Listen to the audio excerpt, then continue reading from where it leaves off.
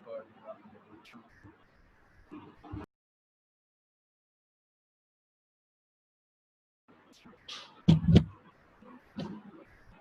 अस्सलाम वालेकुम बेटा। आज हम नया लेक्चर स्टार्ट कर रहे हैं जो उस दिन भी कुछ मैंने डिस्कस किया था इसके बारे में।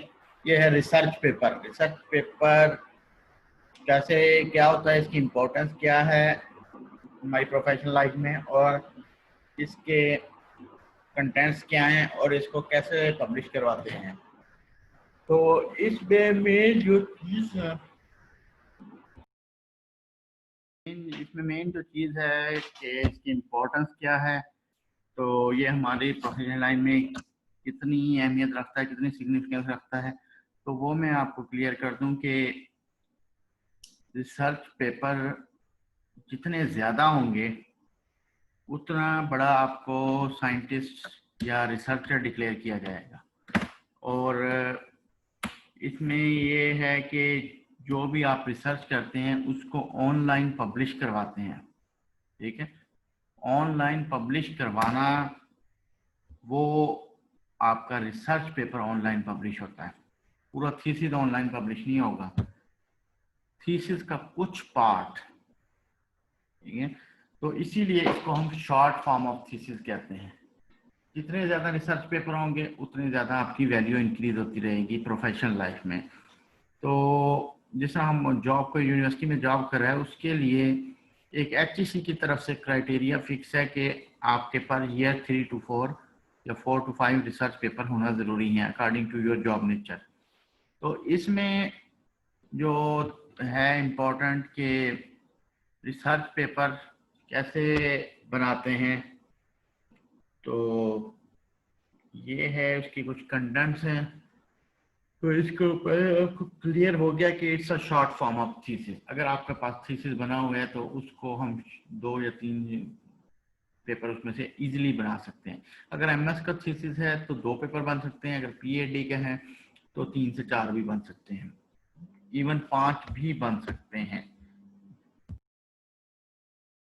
इसमें ये है कि रिसर्च पेपर वही थीसिस वाले ही कंटेंट्स हम फॉलो करते हैं, बट इन शॉर्ट फॉर्म।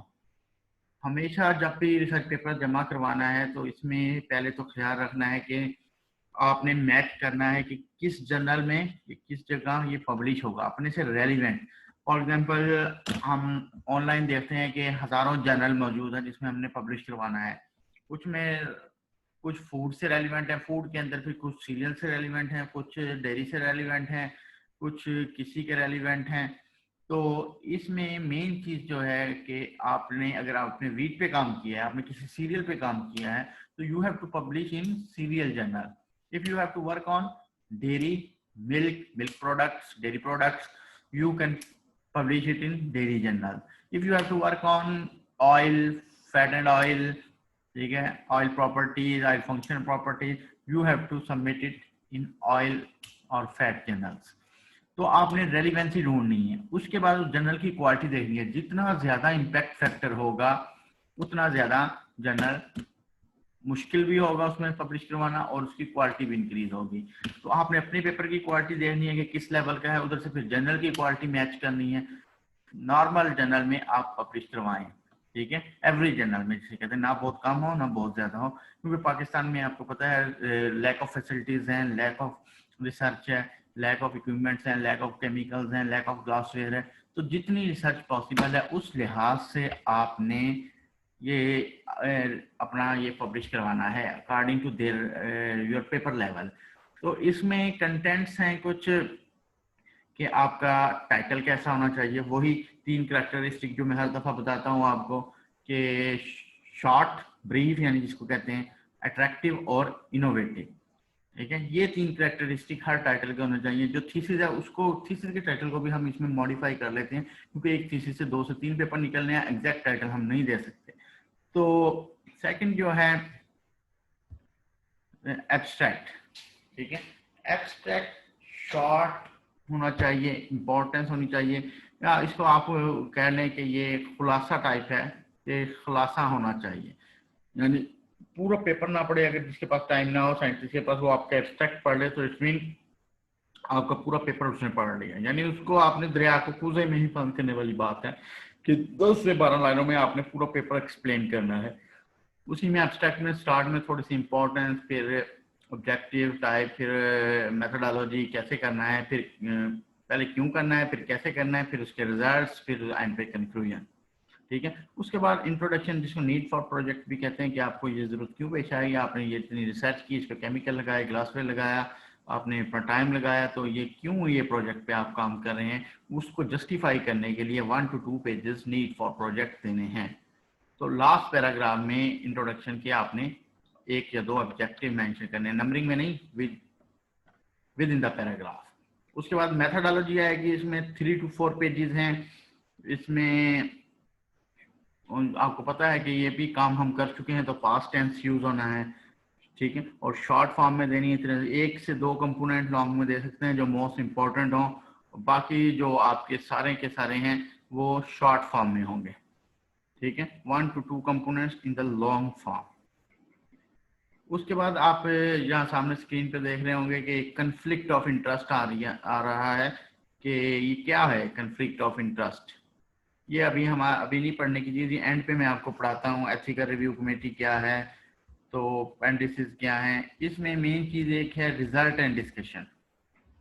चलें, अगर आपने साथ ही पढ़ना है तो फिर हम भूल ना जाएं, ये मैं आपको बता देता हूँ कि कन्फ्लिक्ट ऑफ इंटरेस्ट ये है कि कोई इस पे पहले काम ना कर चुका हो, या कोई उस टाइम कर ना रहा हो, किसी को इतराज ना हो कि आपका उसका काम सेम है, तो this is called conflict of interest. और एथिकल रिव्यू कमेटी ये है कि आपकी एक कमेटी बनी होगी जिसने परमिशन देनी है कि हम ये एनिमल एक्सपेरिमेंट कर सकते हैं नहीं, रैश पे काम कर सकते हैं कि नहीं, हमारे पास फैसिलिटीज़ हैं, हमारे पास इस तरह का कोई रूम अवेलेबल है कि नहीं। वो एक यूनिवर्सिटी की कमेटी बनी होती है, उससे परमिशन लेना एक्सपेरिमेंट के लिए, एनिमल स्टडी के लिए ज़रूरी है। उसके बाद अपेंडिसेस है, कोई एक्स्ट्रा वर्क है, ऑप्शनल वर्क है, कोई डाटा आप देना चाहते हैं, या कोई आप फॉर सेंसरी परफॉर्मा देना चाहते हैं, या स्टैट के लिहाज से कुछ देना चाहते हैं, तो इसमें अपेंडिसेस में दे सकते हैं। उसके बाद ये है कि क्रॉसपॉन्डिंग अथर क्या होता है, इसकी इंपॉर्टेंस बहुत ज़्यादा है। क्रॉसपॉन्डिंग अथर, फॉर एग्जांपल एक रिसर्च 4 से 5 लोगों ने मिलके की, उसको फिर सबने मिलके एक पेपर बनाया, उसमें भी एक मेन बंदा होगा जो सारा काम करेगा और उसको जिस जर्नल में पब्लिश करवाना होगा उसके साथ कांटेक्ट में रहेगा, यानी इसको जमा भी खुद करवाएगा जर्नल में, फिर जर्नल वाले कमेंट्स देंगे कि इसको इस तरह इंप्रूव कर लें, इस तरह इंप्रूव कर लें, यानी स्टार्ट से लेके at the end of publication वो ही बंदा जर्नल से कांटेक्ट में रहेगा, बाकी लोगों को नहीं पता होगा क्या हो रहा है। तो वो क्रॉसपॉन्डिंग अथर होता है, और इसकी इंपॉर्टेंस भी ज़्यादा है। एक फास्ट अथर और एक क्रॉसपॉन्डिंग अथर, ये इंपॉर्टेंस ज़्यादा है। लेकिन अगर इंटरनेशनल देखा जाए तो क्रॉसपॉन्डिंग अथर और लास्ट अथर की इंपॉर्टेंस ज़्यादा है, क्योंकि लास्ट अथर को वो लीडर मानते हैं अपनी रिसर्च का। लेकिन पाकिस्तान में फर्स्ट अथर और लास्ट अथर, और sorry corresponding author, corresponding author दोनों जगह इंपॉर्टेंट बराबर है, इसलिए। और सारे के सारे पेपर की जिम्मेदारी क्रॉसपॉन्डिंग अथर के ऊपर होती है। अगर उसमें डाटा कॉपी किया गया है, डाटा कट एंड पेस्ट किया गया है, 2 नंबर डाटा यूज हुआ है, या कुछ भी गलत चीज़ है, तो बाकी अथर्स को कुछ नहीं कहेंगे, लेकिन क्रॉसपॉन्डिंग अथर पे मुश्किल पाबंदी लग सकती है जर्नल्स की तरफ से। यानी आप कह लें कि क्रॉसपॉन्डिंग है कि 5 बंदों के अंदर एक नुमाया करना किसी को, यानी वो एक बंदा सारे काम करेगा, बाकी चारों ने उसको परमिशन दी होगी। नेक्स्ट है result and discussion. Result and discussion ये है कि इसमें 2 चीज़ें मैं आपको बता चुका हूँ, इंटरप्रिटेशन और डिस्कशन। इंटरप्रिटेशन है कि ऐसा जो डाटा आया है कि प्रोटीन 12% आई है, फैट 13% आई है, मॉइस्चर 10% आया है, एश कंटेंट 5% आए हैं, फैट फाइबर 2% आया है, एज सच मेंशन कर देना इस डाटे को इन द पैराग्राफ, ये है इंटरप्रिटेशन। और उस वो क्यों आया है, फाइबर 10% क्यों आया है, फैट 10% क्यों आया है, या एश कंटेंट 5% क्यों आए, इसको जस्टिफाई करना, इसको रीजनिंग देना, इसको पुराने लिटरेचर से मैच करना, वो डिस्कशन में आता है। ये 2 पार्ट हैं, रिजल्ट एंड डिस्कशन। रिजल्ट्स इसमें एक इंटरप्रिटेशन है और दूसरी डिस्कशन। इंटरप्रिटेशन ऐसा रिजल्ट पेश कर देना, और फिर ये रिजल्ट इस तरह के क्यों आए हैं वो जस्टिफाई करना, तो वो आएगा डिस्कशन में। तो नेक्स्ट है हमारा कंक्लूजन, यानी मोस्ट इंपॉर्टेंट 1 से 2 कंपोनेंट आपने एक्सप्लेन करने हैं, यानी जो मेन थीम है आपका जिस पे आप पूरे पेपर में फोकस कर रहे थे उसको एक्सप्लेन करना, that is called research paper, sorry that is called conclusion. और इस तरह फिर कंक्लूजन के बाद हम एक होता है रिकमेंडेशन, वो भी दे सकते हैं लेकिन वो ज़रूरी नहीं है, कंक्लूजन तक भी दे दें तो दैट्स एनफ। उसके बाद एक्नॉलेजमेंट होती है, ये भी ऑप्शनल है कि एक्नॉलेजमेंट है कि किसी जो आपने किसी की हेल्प ली है during study, during research, during publication, during right up, किसी भी चीज़ की किसी हेल्प ली है उसको आप एक्नॉलेज करना चाह रहे हैं, उस इंस्टीट्यूट को एक्नॉलेज करना चाह रहे हैं, वो फंडिंग ली है आपने कहीं से, तो दैट इज कॉल्ड एक्नॉलेजमेंट। ये कन्फ्लिक्ट इंटरेस्ट वही फिर आ गया है कि nobody have issue on his data on his name in research, ठीक है। उसके बाद थेरेपी कमेटी भी वही दोबारा डिस्कस हुई, animal study, appendix, extra work. तो ये था आपका रिसर्च पेपर। इसके बारे में मैं पहले भी थोड़ा सा डिस्कस कर चुका हूँ कि इसकी वर्थ बहुत ज़्यादा है। Research paper more important then review paper या कंसेप्ट पेपर या अदर पेपर्स, ठीक है। तो इसको हमने जहन में रखना है कि जितने ज़्यादा रिसर्च पेपर होंगे उतना बड़ा साइंटिस्ट होगा। ओरिजिनल वर्क का पब्लिश करवाना है, according to its nature publish करवाना है कि किस जर्नल में पब्लिश होना चाहिए, किस क्वालिटी का पेपर है, ये कुछ चीज़ें आपने जहन में रखनी है। और जितनी ज़्यादा पब्लिकेशन होंगी, जितनी ज़्यादा रिसर्च पेपर होंगे, उतना ज़्यादा आपका इम्पैक्ट फैक्टर इंक्रीज होगा, उतने बड़े आप साइंटिस्ट डिक्लेयर होंगे, उतनी ज़्यादा आपकी वर्थ होगी। तो कोशिश करनी चाहिए जब आप प्रोफेशनल लाइफ में आए या ड्यूरिंग पीएचडी, आपके हर साल 2 या 3 पेपर मस्ट निकलने चाहिए, ठीक है। तो फिर ही आपको आपकी जॉब इजी हो जाएगी, आपको लोग आसानी से आपकी यूनिवर्सिटी आपको एक्सेप्ट करेगी, आपकी वर्क बढ़ेगी, आपके डिपार्टमेंट में आपकी वर्क बढ़ेगी। तो प्रोफेशनल लाइफ में जो फर्स्ट स्टेप है ये ध्यान में रखना है कि research paper is more important than anything, ठीक है। इसको लिखना सीखना है। जितना कैसे लिखना आएगा, आप इंटरनेट से 10 से 12 रिसर्च पेपर डाउनलोड करके उनको पढ़ें। जितने ज़्यादा पढ़ेंगे आपकी वोकेबलरी इंक्रीज होगी, साइंटिफिक वोकेबलरी इंक्रीज होगी, आपको वर्ड्स अच्छे चूज करने आएंगे। इसीलिए कहते हैं कि लिटरेचर पढ़ें, जितना ज़्यादा पढ़ सकते हैं, गो थ्रू हो, आइडिया होगा आपको। 10 से अच्छे जर्नल्स के पेपर पढ़ें आप जिनका इम्पैक्ट फैक्टर ज़्यादा है, तो आपको आइडिया हो जाएगा कि रिसर्च पेपर क्या होता है, ठीक है। तो कोशिश करें कि इसमें आप कमांड हासिल करें, जिन्हें ख़ासतौर पे जो वो लोग जिन्होंने MS PhD करनी है, ये अगर जिसने इंडस्ट्री में भी जॉब करनी है, वहाँ भी जाके आप जो रिसर्च करते हैं वो पब्लिश करवा सकते हैं। आपकी वहाँ भी वर्थ इंक्रीज होगी कि भाई इसके तो इतने पेपर हैं।